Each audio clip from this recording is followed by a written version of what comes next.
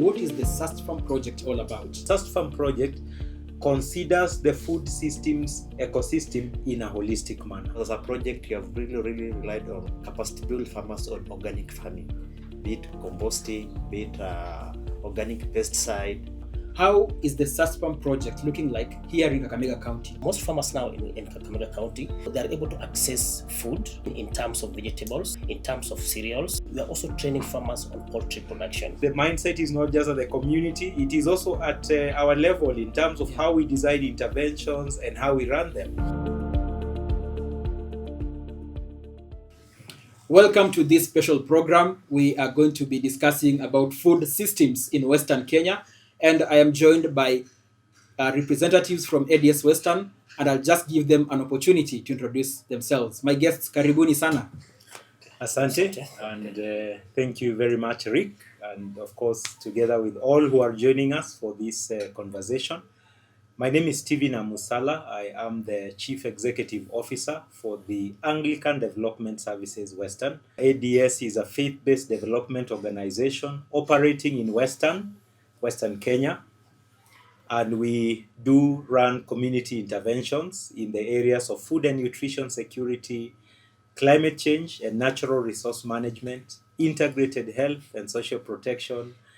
We have an area and interventions in governance, human rights and peace building, and we also intervene in the area of emergency response. Thank you. That is Mr. Stephen Amusala, the Chief Executive Officer, Anglican Development Services Western. He is also joined by colleagues. Thank you very much, Mr. Okinda. My name is Peter Ndiri. I work for ADS, that is Anglican Development Services Western. I'm the project officer in charge of SUSTFARM project in Kakaemga County. Thank you so much. We'll be having more conversations with Mr. Peter Ndiri, project officer in charge of the SUSTFARM project here in Kakaemga County. And we're also joined by another colleague from ADS Western. Thank you so much, Rick. I am John Ashitiva. I work with Anglican Development Services Western Region as a project coordinator, the SUSTFARM project.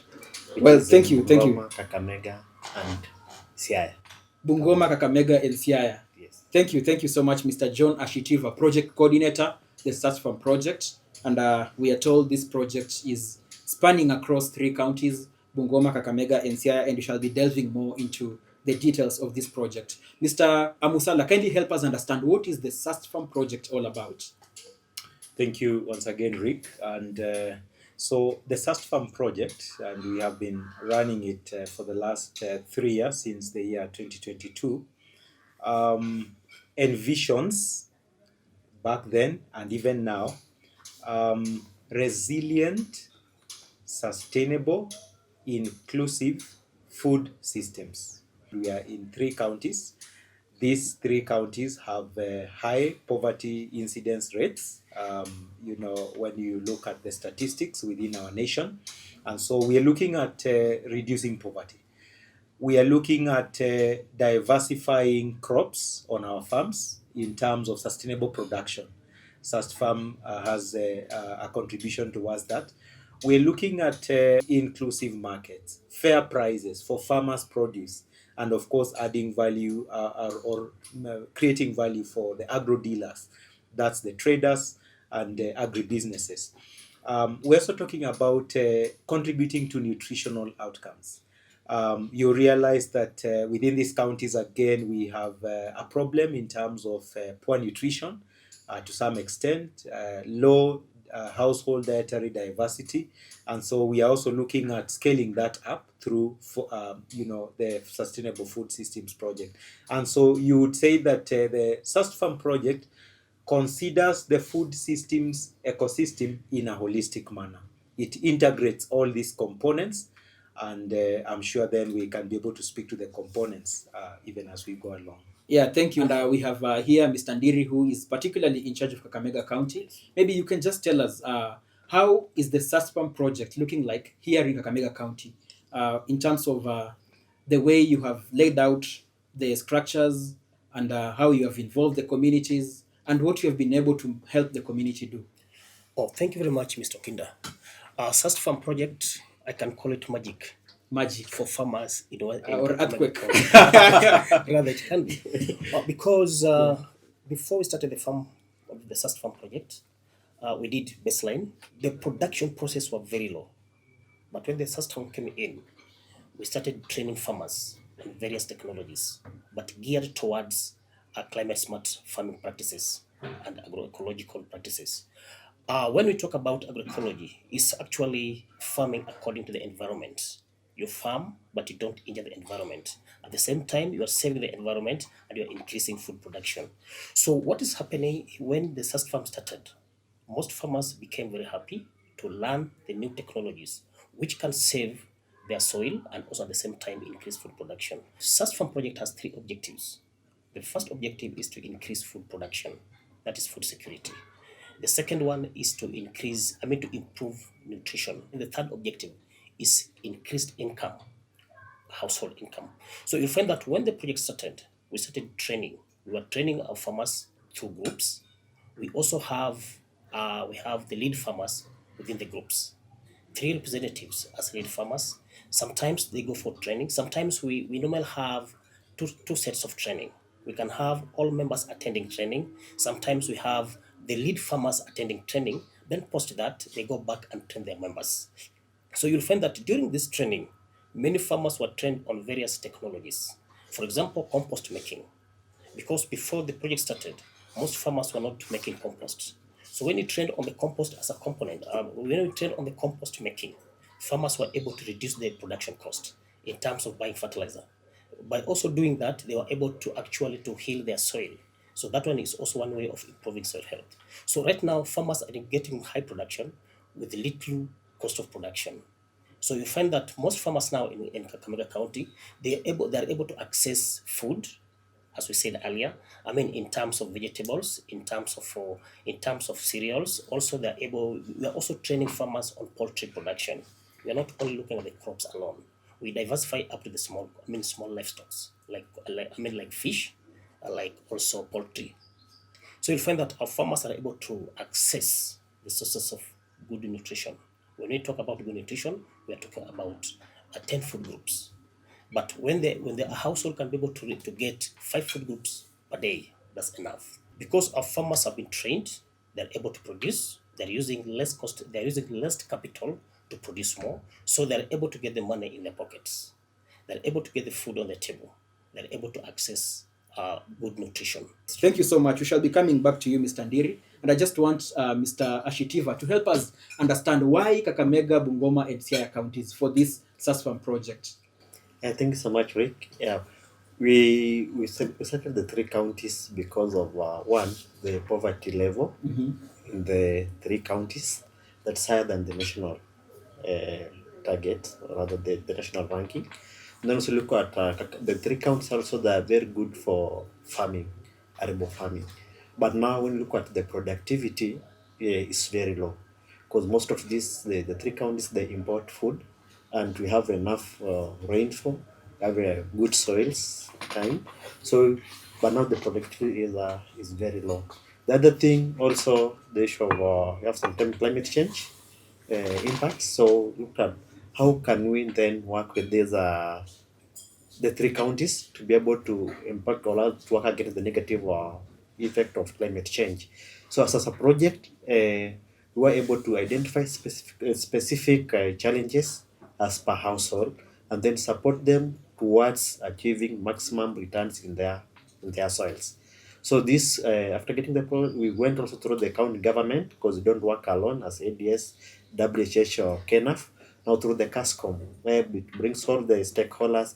Then with them, they again identify specific areas that we want to work in. Thank you. So you've been doing this in partnership with other partners, and you've just mentioned the county government. You've mentioned about the WHH. So we'll be talking more about also the collaborations and how far this has brought the project. But I just want now to go back to the CEO and help us look at the main issues in the Sustainable Farming and Food Systems project, especially your involvement in training the communities. So the communities are not just pedestrians in this vision, but they are actually owners of the vision that you carry. So kindly help us understand how you have taken this project to the communities, especially through trainings. Okay. Yeah.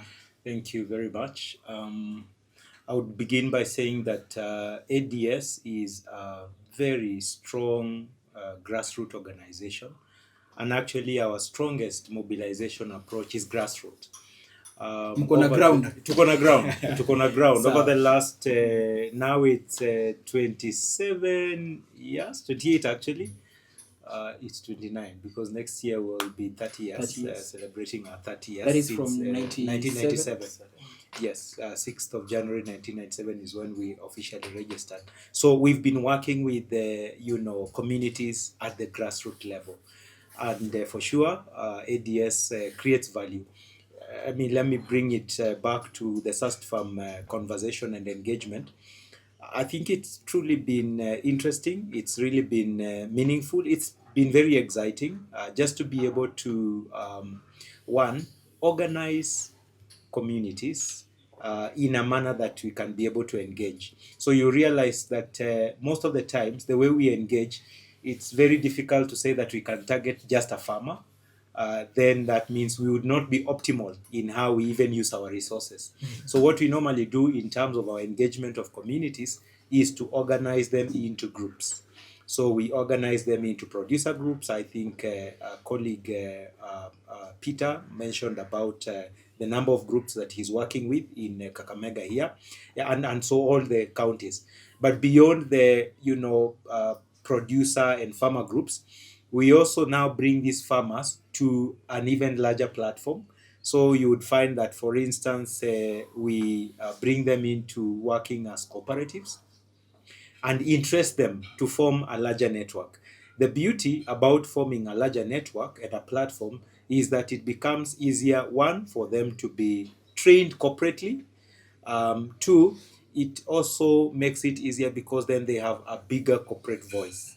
And one of the things that is very, very key around the SUSTFARM project is the question of governance and advocacy, policy advocacy, though that another partner is running with that in terms of, KENAF. But also even the agro-dealers, the traders, these agribusiness players. Agro-dealers, we are talking about people who have a business component that supports in one way or the other or identifies with agriculture. So here So if I supply cereals, I'm an agro-dealer. Yes, input suppliers are agro-dealers. When you talk about and input suppliers, you would even have those who are formal and even those who sell vines, vine multipliers. We have those that, what do we call, the artisans. The artisans. Yes, we have the artisans who are able to deliver to us, different equipment for use. Those are agro-dealers. And so, that ecosystem is full of different players. And they are very important because then when you talk about sustainable production that Peter and John are talking about, it would be these ones that are playing an important role in terms of just enabling farmers to either access a market, to have fair prices for their market, and especially through the interventions of the project as we converse with them, as we train them, as we bring them on board, they're able to see the value, they're able to catch the vision, and we're able to synchronize, which is very important in terms of just meeting the vision of the project. Yeah. And I understand that part of your training extends just beyond agro-dealers and getting communities involved, but also getting communities enlightened on issues that are pertinent to this region, like malnutrition. Maybe you can just give us a little bit of a snippet into that. Yes, indeed. When you look at the demographic health surveys that have been done, and especially the recent ones, you would realize that Western is grappling or struggling with malnutrition, stunting levels, obesity maybe not as much, but there is underweight of children, and especially 5 and below. And this can be attributed to poor nutritional outcomes at household level, because again, when you look at the statistics, you would find that, and especially because in this project we did a baseline survey. In the baseline survey, what came out very clearly is that in terms of the average, what you call household dietary diversity score, So dietary diversity is when we are looking at the whole range of food groups that are accessible to a household. So the ideal is that there are 10 food groups.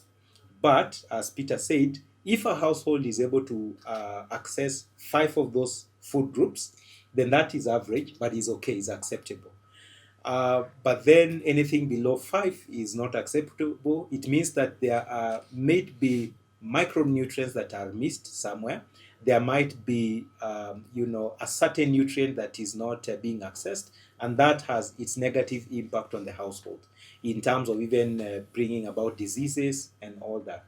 So there is what you call household high, and then there's the medium score, and then there's the low score. So anything below 5 is really a low score. Then there's So the the scale medium. is between 0 to 0 to 10. 0 to 10. Yeah, 0 to 10. So you can now give us the low, medium, high Yes, in terms yes. of that scale. Yes, so anything less than 5 is really low. And then the average 5, 6. Then when you begin talking about 7, 8, 9, 10, I mean, That's you high. are within the higher quartile of the diversity score. So when we did our baseline, we were actually on average at the lower. That is below your Yes. involvement in the Yes, Sustainable yes. Food Systems Project. Yes. Okay, Yes. so that's what you're calling the baseline, the survey that made you concerned. Yes, so the baseline survey is normally you want to establish your status before you intervene. Yes. Where are you at? Okay. So he talked about productivity. You want to establish how are farmers producing, what technologies are they using before you even intervene with Okay. those agroecological. He talked about markets. Yes. So what markets are available to them? Who are the agro-dealers? How are they dealing? Yes. What is their level of income? And even Yes. for the households, what is their income? And then even for nutrition. So when we have that package as the baseline, we intervene as we also monitor. And then there is then the mid-line evaluation in terms of progress. And now as the project terminates, we are now going to the end line. Yeah. So when we look back, what we got is a view of where we are, what can be attributed to the project directly. Because again, there is the question of attribution. Yeah. There are many players, but Yes. we can say that we found these guys here. Yes, yeah. We have been able to do this. Yeah. Now they are here. Truly, this project has made a difference. Yeah, thank you. Maybe Mr. Ashitiva, you've been working with a number of partner organizations on the ground. I'm aware you have schools on board, you have cooperative organizations, you're working with agencies of government across the 3 counties. Maybe just tell us what has been what is the outlook in terms of cooperation with these organizations, and how useful have they been in helping you implement the Sustainable Food Systems Project? Yeah, thank you so much, Rick. Basically, as I said, I mentioned later, is that the collaboration has been of very, very important. Because as an individual organization, it's not very easy to have all the expertise. So specifically, when you're looking at the nutrition, we brought on board the county nutritionist just for us to train together.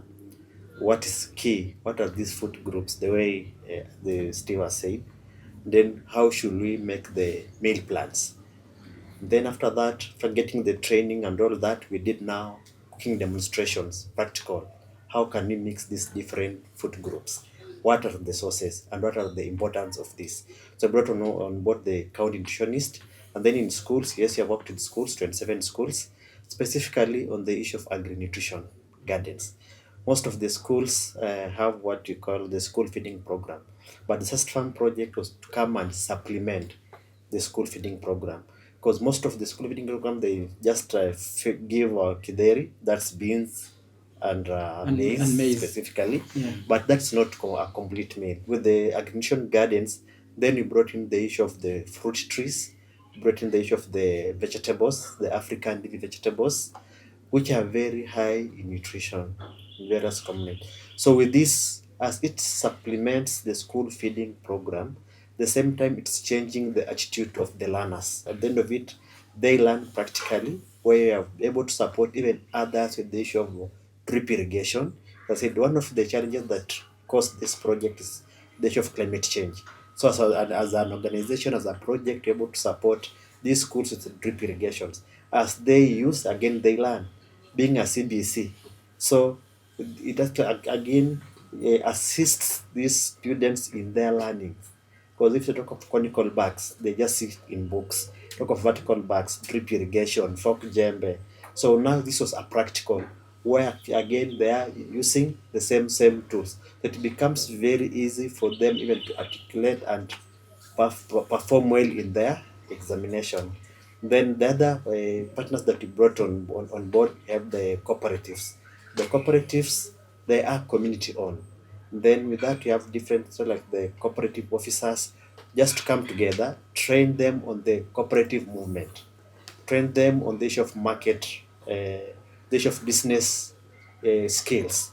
Then from there, help them to come up with the business plans. With the business plans, they can now know, they're able now to know where is the shortcomings, where are the gaps. So with this, we have seen as we collaborate with various partners, various stakeholders, we are actually improving their record keeping, we're improving their production, we're improving their income, then in all even the management. So having trained them on organization development, most of the cooperative actually failed because of the management. But after having trained them what they need to do, then you have seen this increasing, the membership also increasing. So as a project, we did not lock any stakeholder from the project. We were able to open as ADS to work with these partners. Yeah, get everybody on board. Yes, because at the end of it, there's the issue of sustainability. Yeah. After the end of the project, who will be able to continue with the same work? At the end of it, the county government and other stakeholders. Yeah. So I think we are hearing a lot of initiatives to just make sure that various organizations are on board, the right training is given, there is dissemination of information that can help people to get the right direction. But Mr. Ndiri, you have been on the ground, you've been in Lurambi and all over Kakaemga County. Let's just get the case for this project on the ground. So how is the impact upon Lurambi? How is Lurambi taking it up? Does the local farmer feel the impact in Lurambi? Yes, Okinda, that's Yes. good. That's a very good question. Yeah. First of all, I would say that the impact is massive. Yeah. It's not little. Yeah. It's something massive. Because the farmers who have been participating directly with the program, they're really now seeing the benefit of actually doing this project. Why am I saying this? Most farmers now, they don't buy vegetable from the market. They have their own vegetable. Why so? Because they've been trained on how to produce vegetable. We don't just produce vegetable normally, but we have a method of producing vegetables, both local and exotic vegetables. But our project is more so in the local vegetable production, whereby we train our farmers to come up with specific ways of actually growing vegetables, especially using raised beds. And raised beds. What's that? Yeah, raised beds is a way that you don't grow your vegetables on a flat ground. But what you do, you bring soil up a bit, you raise it up a bit, but the width should be 1.5 meters maximum. Okay. But I think it's something that it's known, but that terminology now is more professional. Thank you. But what I can say, most farmers, it's known, but most farmers have not been doing it. They have not been doing it. Yes, but now they are doing it. Now through the training, farmers are doing it. It makes the operation in the farm or farm management rather becomes very easy. Like weeding, you don't weed while walking on the raised beds. Okay. You walk outside the bed. Yeah. So even if it rains a lot of water, there's no stagnation on the raised beds because all water will go along the terraces between the beds, right? So you find that most farmers have adopted that kind of technology, and many farmers are now producing more vegetables. They're even producing surplus, taking to the market. That's why I talked about pesa mfukoni. Yes, and that is how we are actually making our farmers or households who are participating with us to gain more in terms of nutrition. So there is incentive for participation. That is a livelihood because you can make money. Yes. And also you can change the nutritional levels in the community. Yes. But also you can help the environment be sustainable. Yeah, very true. Thank you so much for that. We'll be getting back to you for your final remarks, just to help us understand better this project in your region. But I also want to just have Mr. Ashitiva again help us look at now this project broadly in the rest of the counties. So what were the challenges that were there before that you've been able to address so far? Just help us understand the impact of the training you've been able to do in Kakaemga, in Bungoma, in Siaya. Help us see what these schools were going through. Maybe we were having children not showing up in school, or maybe children falling sick so often, but now they are coming to school. Maybe they are now more listened to in their homes. Their parents are now like, this is my child has a point. Or maybe you can also just help us understand why these cooperatives were the right agents to get into the grassroots. Help us see the impact in Yeah, the thank region that you're in charge of. Thank you so much. Thank you so much. Just as my colleague has said, they've had a massive impact because specifically looking at the issue of the agroecology, the practices, Agroecology. yes, the practices. One of it has composting, use of organic pesticide, organic manure. So as SUSTFARM, other than just concentrating on one value chain, it's now a wholesome. It's Both wholesome, crops, holistic. yes, both crops, both livestock. So as I was saying, we have seen soils improving.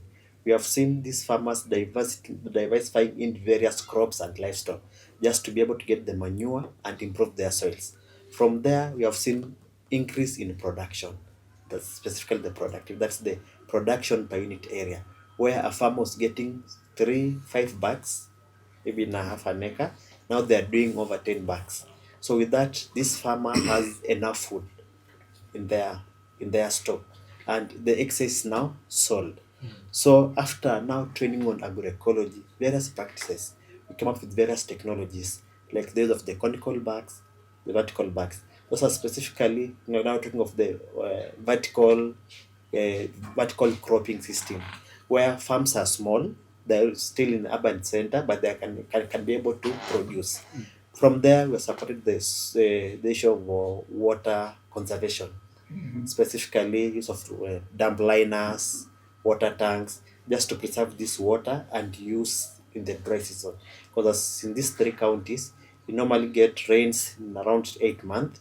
Then now the other 5 months it's dry. So with these technologies, farmers have adopted. They can now store their water, and you have seen production of vegetables throughout the year. So after that, again, we brought in the issue of biogas, because we're talking of clean energy. Biogas, where farmers now can use the biogas for lighting, for cooking, then getting the auxiliary to the farm, making a complete, a circular economy. Eh. Then for energy also, we brought youth on board, the artisans, who are able to be trained on energy cooking stoves.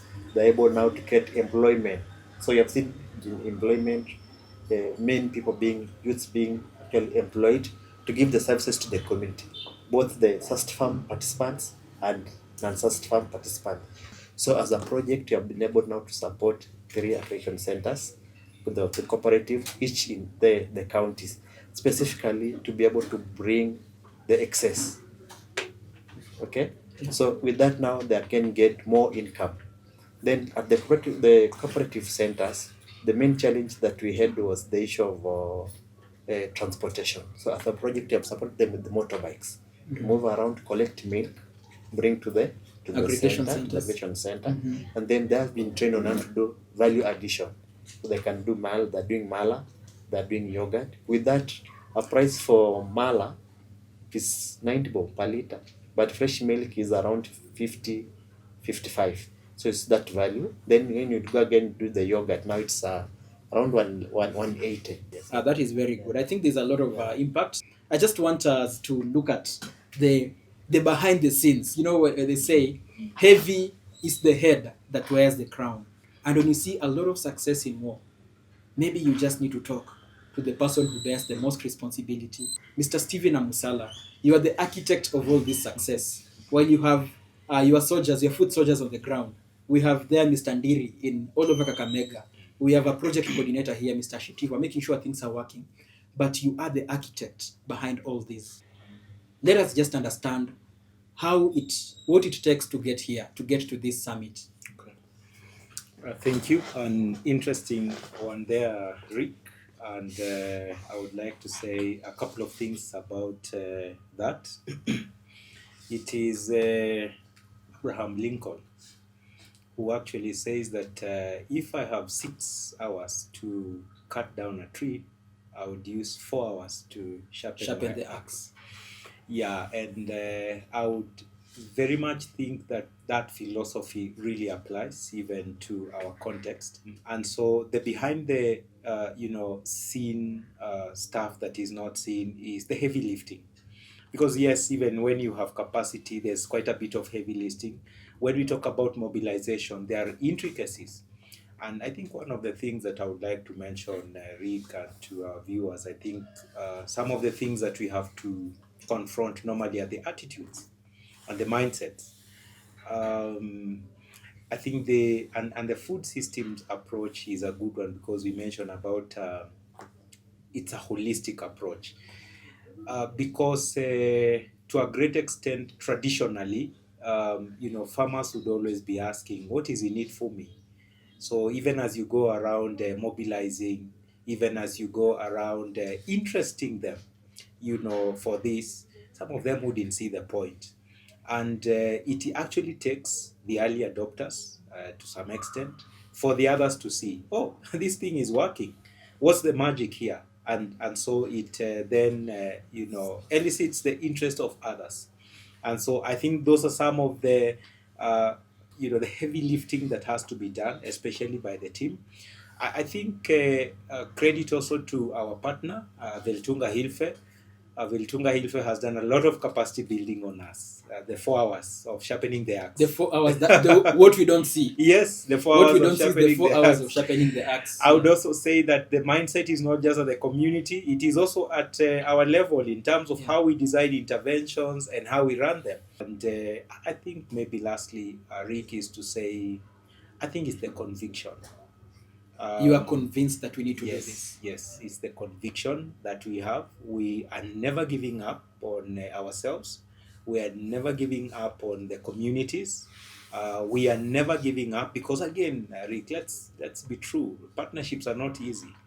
We come into partnership spaces, and everyone has their own interest, and so it takes a bit of, pulling this wall down kidogo, being able to be considerate, and all those things have to go into. You have to be inclusive. You have to be more open. Yeah, but at the end of the day, it's the bottom line. For us, the conviction is that we want this farmer, we want this community member to have a more wholesome and dignified life. Indeed, you are achieving it, and I believe it is a cause worth joining hands so that we get this vision achieved in totality. I just want to give Mr. Ndiri an opportunity to talk to his people in Kakaemga and across the various areas that you are involved in terms of community work to make sure this project has impact and is sustainable. Thank you very much, Mr. Okinda. I would like to ask my farmers who have gone through trainings, please let us adopt whatever we have been trained upon and let us practice all the practices that have been trained on so that we can be able to increase our food production and also to increase household income as well as improving our nutrition. Because the main objective, the 3 objectives for the SUSTFARM project is to ensure that we have increased food, we have food security, we have nutrition, adequate nutrition, not just nutrition, but adequate nutrition, and we also have increased, household income. So if my farmers will actually attain that and ensure that they adopt that, even post the project, they'll still actually benefit from the 3 objectives of the SUSTFARM project. Thank you. Thank you so much. In other words, dear farmers, Mr. Ndiri is telling you, let's do this for a safe food future, for a secure food future, for our planet, but also let's do it for ourselves because there is incentive for increased income. Mr. Ashitiva, what are you telling the farmer out there? Yeah, thank you so much. And also the consumers. Consumers are also part of this project. Yes. Yeah, thank you so much, Ray. Yeah. Mine just to say that it was actually a very, very great interaction with all these farmers, project participants. So that is to say that, as Peter has said, let us continue putting in practice whatever they have been trained and also produce. The end of it, how do you know that you are food secure? You need to have, can you be able to produce? Can you be able to purchase? Can you be able to access affordably? So let us continue doing the same. For the consumers, yes, it's good to have, for us to also to have what we call product traceability. Kindly let us know what you are consuming, the source. because as a project, you have really relied on rather capacity build farmers on organic farming, be it composting, be it organic pesticide, be it all. So let us be very keen on what you are consuming, and as we work together, we know that as the country will be food secure. Thank you. Thank you so much. Mr. Ashitiva is telling us that it is not enough to produce food. We've got to produce food consistently. Mr. Amusala, we have had a broad conversation, and a lot is needed to get this thing going and sustainable. Maybe what can you tell the world? Thank you very much, Rick. I think as we terminate this conversation, probably is to say that maybe we need to talk a little more about it, maybe if not a lot more. The food systems approach, the food systems thinking, the food systems methodologies, by all means is worth crusading for, because of the benefit that we have already drawn. And this is a pilot project that we are running, and it means that there is quite a lot that we pick as lessons in terms of its approach, in terms of the methodology, in terms of the actors, and all that. And from where we sit as an institution, we want to champion for it. And I know that now when you listen to the, food system, global ecosystem, I think there's a lot of adoption now of food systems. 2 years ago, again through the SUSTFARM project, we were able to go to Rwanda and we attended a food systems conference. And so I think now it's all about alignment. It's all about getting the hang of it. And I would like to say that we're just beginning. We would like to put ourselves out there as ADS Western. First of all, of course, to appreciate the partnership that we have had with Welt Hunger Hilfe. And we know that we are still on with the journey with Welt Hunger Hilfe in one way and the other, together with KENAF. But we still, continue to appeal to others, players, partners who would want to step into this space. We can be able to step into this space together.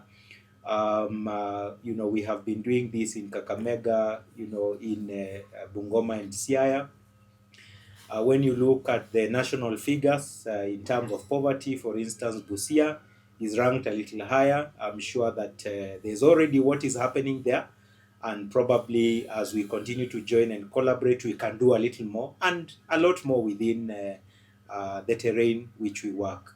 And so to be very grateful, but also, of course, to say that there's a lot more to do. There is a lot more to do. When you have a lot of success in the initiatives you have undertaken, like the SUSTFARM project, you would be tempted to take a rest and behold the beautiful views that you have created over the period. But I'm charged also, not just in moderating, but in listening to how much energy you have, looking into the future, that there's a lot more to do. There's a lot more impact to create. The best is yet to come. This is just a snippet. It's been a pilot project. And in the pilot project, it is not enough that we have trained farmers. It is not enough that we are shifting cultures. We need to make this broader in terms of community uptake. And we are all involved in this. Thank you for joining the conversation. This has been a special edition talking about sustainable food systems, especially in Western Kenya. We've been joined by Mr. Steve Amusala, who is the CEO, Anglican Development Services Western, together with colleagues. That is Mr. Peter Ndiri, who is a project officer also at the ADS Western. We've also been joined by Mr. John Ashitiva, who is a project coordinator at ADS Western. And I've been your moderator, Rick Okinda. Let's keep talking about food systems. Let's make it sustainable. Let's make it healthy to the soils. And also let's make it safe for the next generation in terms of environmental protection. It can be done. Let's take the message out there. Let's be ambassadors of change. Thank you so much. And we look forward to a better and secure food future. Thank you so much. Thank you.